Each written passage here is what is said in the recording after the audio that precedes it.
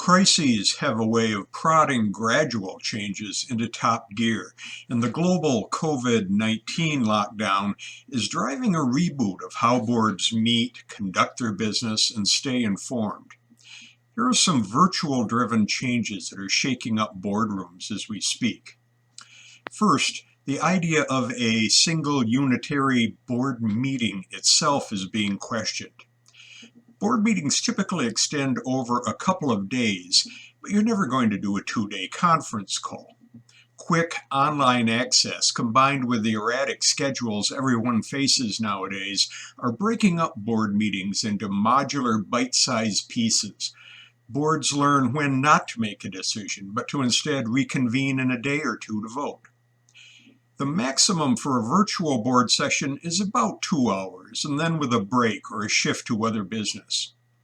Spreading a traditional 7-hour board meeting into online floating elements works well with the uncertain time demands of directors nowadays, and it also allows those who are in different time zones to participate. On the downside, it's tricky to assure quorums, who's there and who's not at the moment, and it could also bump into some meeting notification requirements. Next item is related to modular governance as well, better integration of committee meetings. Getting your whole board together for committee sessions and then later for a full board has always been a hassle for governance, but virtual meetings break down these walls. Most video meeting platforms let the administrator toggle back and forth between the full group and subgroups. Board chairs find switching between committee meetings and the full board is as easy as a mouse click. Committees can even duck out for a quick chat while the full board is meeting. Legalities on quorums, attendance, and recording votes, however, is trailing behind the tech potential, so be sure that you have good minuting of committee actions and who is there and who is participating. Next up, shake up the agenda to work with virtual meeting realities.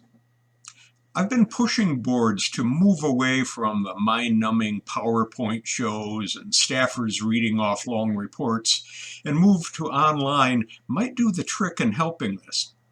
Directors online are simply not going to sit through an hour-long PowerPoint presentation. Board members are putting their enforced isolation instead to good use with more review of their board books and materials in advance of meetings. Then online FaceTime can be devoted to discussion and voting. Agendas now have to be clearer and shorter. Next, beyond the audiovisual stuff, there are standard board agenda elements that just won't work well in a remote meeting. This includes FYI items, training, or other busy work that would be best postponed for later in-person action. Ask if there's anything out of the ordinary you could delay on your agenda. Just putting out fires for the current crisis is enough to keep your board busy. Push off big strategic discussions, merger, acquisitions, or sales, or substantial asset issues for another day. And then, trimming business, visuals, and briefings within the virtual board meeting doesn't mean that you skimp on the governance itself.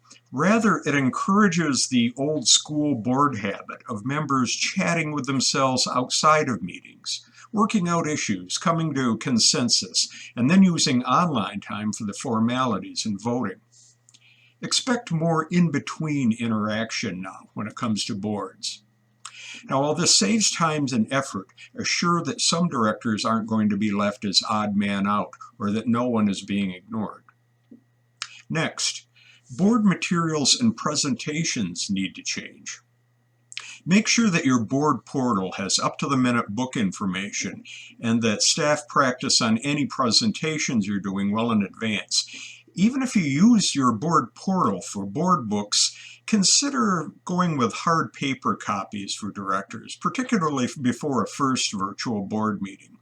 If everyone on your board is finding their way with both a board portal and a video conferencing app, juggling all of that tech gets confusing for remote directors. At the moment, it might be simpler to stick with old school paper for info. And finally, An important formality: assure that whoever is taking notes of the meeting is well piped into all the discussions and able to sort through what might be more of a cacophony of voices than the standard board meeting. Given the crisis issues we're dealing with right now, you're going to want flexible but faultless minuting of all meetings. I'm Ralph Ward. Take care.